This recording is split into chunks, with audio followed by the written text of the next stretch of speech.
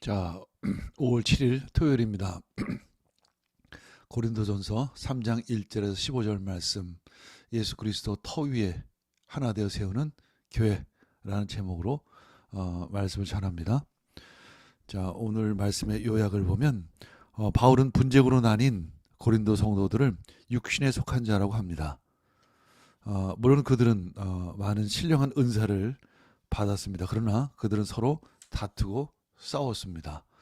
여러 가지 이유들 가운데 특히 또한 누가 더 신령한 은사를 받았는가, 서로 은사를 자랑하고 분열 가운데 있었습니다. 바울과 아볼로는 하나님의 동역자로서 심고 물을 주었을 뿐 자라게 한 이는 오직 하나님이십니다. 바울은 지혜로운 건축자 같이 그리스도의 터를 닦았습니다. 누구든지 이 터 위에 세운 공적이 그대로 있으면 상을 받을 것입니다. 자, 3장 1절에서 15절 우리 함께 읽겠습니다. 자, 생명의 삶 52페이지 우리 함께 읽겠습니다. 형제들아, 내가 신령한 자들 대함과 같이 너에게 말할 수 없어서 육신에 속한 자, 곧 그리스도 안에서 어린 이들을 대함과 같이 하노라. 내가 너희를 젖으로 먹이고 밥으로 아니하였노니 이는 너희가 감당하지 못하였음이거니와 지금도 못하리라. 너희는 아직도 육신에 속한 자로다. 너희 가운데 시기와 분쟁이 있으니 어찌 육신에 속하여 사람을 따라 행함이 아니리요. 왜 바울 사도는 그리스도 성도들에게 육신에 속한 자라고 말씀하셨을까요? 사실 그들은 많은 신령한 은사를 가졌음에도 불구하고 그들 가운데 시기와 분쟁이 있었기 때문에 너희들은 바로 육신에 속한 자라 이렇게 말씀하고 있습니다. 아무리 많은 신령한 은사를 가지고 있고 많은 기적을 행할지라도 시기와 분쟁이 있다면 그것은 육신에 속한 자다 말씀하고 있는 것이죠.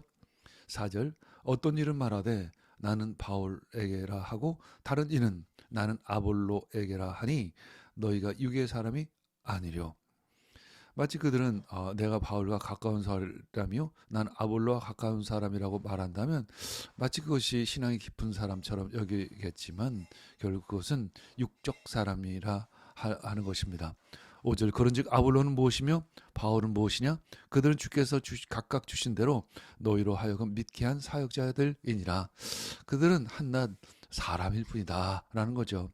6절 나는 심었고 아볼로는 물을 주었으되 오직 하나님께서 자라게 하셨나니. 결국 너희들의 신앙을 자라게 하신 분은 하나님이요 너희를 구원하신 분은 오직 하나님이라는 것이죠. 그런즉 7절 그런즉 심는 이나 물 주는 이는 아무것도 아니로되 오직 자라게 하시는 이는 하나님뿐이니라. 8절 심는 이와 물 주는 이가 다 한 가지나 각자 자기가 일한 대로 자기의 상을 받으리라. 9절 우리는 하나님의 동역자들이요 너희는 하나님의 밭이요 하나님의 집이니라. 아멘. 자, 54페이지 보겠습니다. 자, 해석이 좀 나와 있죠. 고린도 교회의 시기와 분쟁. 시기와 분쟁은 그 공동체의 영적 수준을 반영합니다.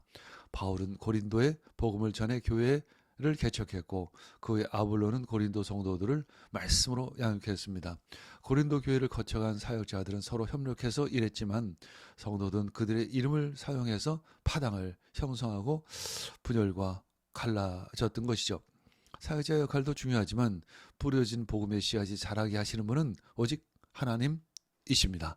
바울이나 아볼로는 하나님의 부르심을 받아 순종한 종들이요 사역자일 뿐이죠. 그들은 각자 수고한 대로 상을 받을 것입니다. 시기와 분쟁과 분열은 육에 속한 사람, 어린아이와 같은 신앙임을 방증하죠.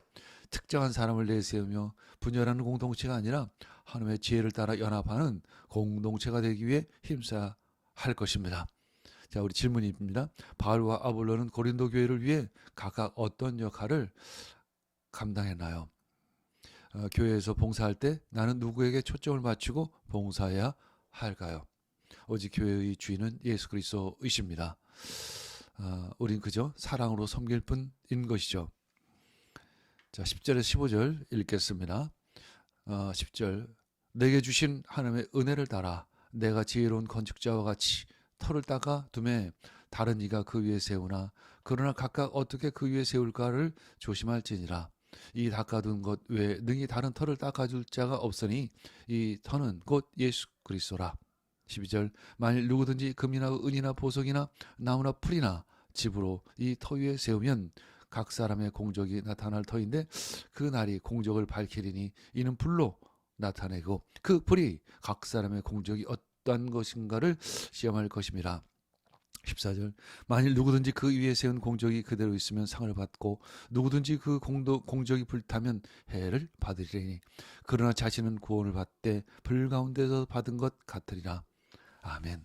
자, 54페이지 자 왼쪽 밑에 함께 보겠습니다. 지혜로운 건축자. 바울은 복음 사역을 건축에 비유하죠. 건축가가 계획을 수립한 후 터를 닦아두면 다른 사람이 와서 건물을 세우죠. 분업을 하는 거죠. 이때 그들은 각자 맡은 일을 조심해서 수행해야 하죠.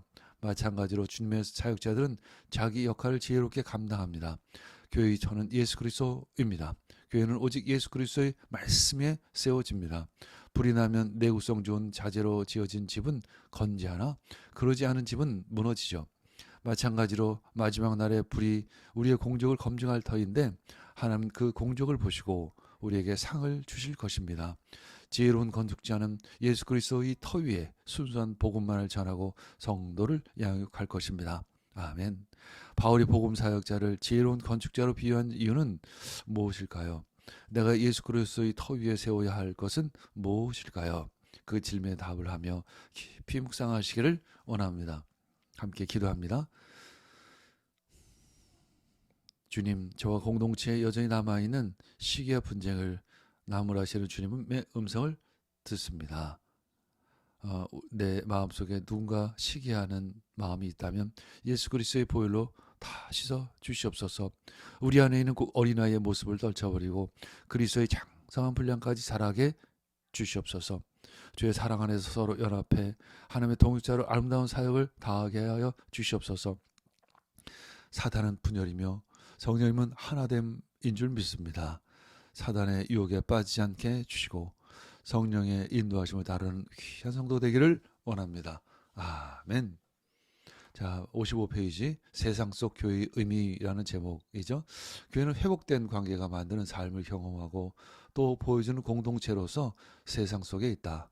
그래서 교회는 하나님께 순종하는 삶이 얼마나 복되며 그분의 뜻 안에 있는 것이 얼마나 자유로운지 하나님 아버지의 인도를 받는 삶이 얼마나 행복한지를 알려줘야 합니다. 이런 역할을 감당하려면 교회는 하나님의 말씀을 가르치고 배움으로 하나님의 뜻을 알아야 하죠. 말씀과 기도를 통해 순종함으로 하나님과 바른 관계를 계속 유지해야 합니다. 그런 점에서 교회를 가르칠 교를자를 써서 교회라고 부르죠. 또한 교회는 회복된 사람과의 사랑의 관계가 만드는 새로운 삶을 보여줘야 합니다. 차별과 경쟁을 떠나 하나님을 한 아버지로 모시는 형제와 자매가 서로 진실한 사랑을 나누는 사귐이 풍성해야 합니다. 그런 점에서 교회를 사귈 교자를 써서 교회라고 하죠. 마지막으로 교회는 세상 속에 있으면서 세상에 선한 영향을 끼쳐야 합니다. 세상이 바르게 세워지고 모든 사람이 하나님의 은혜 아래 살아갈 수 있도록 복음과 세상을 연결하는 단위가 되어야 합니다. 그런 점에서 교회를 다리 교자를 써서 교회라고 부르죠. 우리는 세상으로부터 부름을 받고 다시 세상으로 보냄받은 공동체입니다. 삶의 모습이 복음의 편지가 되어 변화와 치유의 공동체가 되어 세상을 회복하는 이 땅의 교회들이 되기를 간절히 소원합니다. 아멘.